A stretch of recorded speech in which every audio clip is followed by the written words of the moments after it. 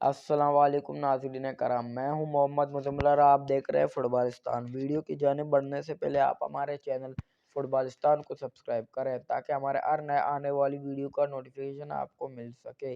پشاور میں منعقدہ پیس and sport conference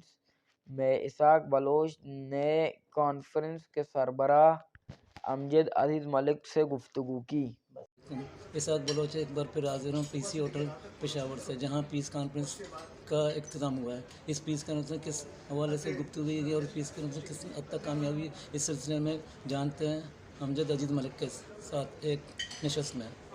بنیادی طور پہ اسپورٹس کانفرنس کا انعقاد ہم نے کیا اور اس کا ہم نے جو موضوع رکھا وہ امن اور کھیل یعنی پیس اینڈ سپورٹس، اور میں بہت اللہ تعالیٰ کا شکر گزار ہوں کہ پاکستان سپورٹس رائٹرز فیڈریشن نے نہ صرف یہ کہ 9 ملکوں کے 13 ڈیلیگیٹس کو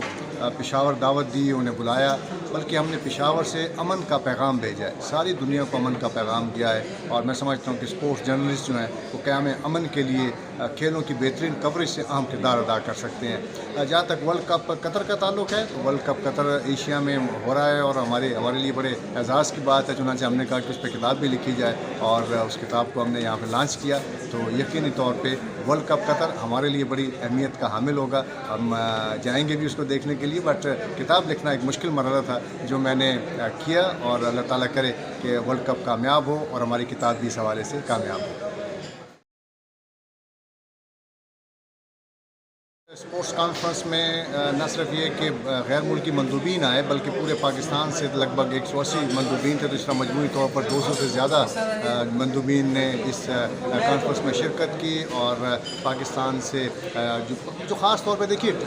ٹیررزم اور اس حوالے سے پشاور یا خیبر پختونخوا یہ پاکستان کا نام بین الاقوامی سطح پہ لیا جاتا ہے، تو ہم نے اس کا توڑ کیا۔ اور اب آپ دیکھیے آج اگر آپ گوگل پہ جائیں تو پشاور اسپورٹس کانفرنس نکلتی ہے، تو لہٰذا اس سے ہم یہ ثابت کرنے میں کامیاب ہوئے کہ ہم نے پشاور کا، اپنے صوبے کا اور ملک کا سافٹ امیج ساری دنیا کے سامنے رکھا ہے۔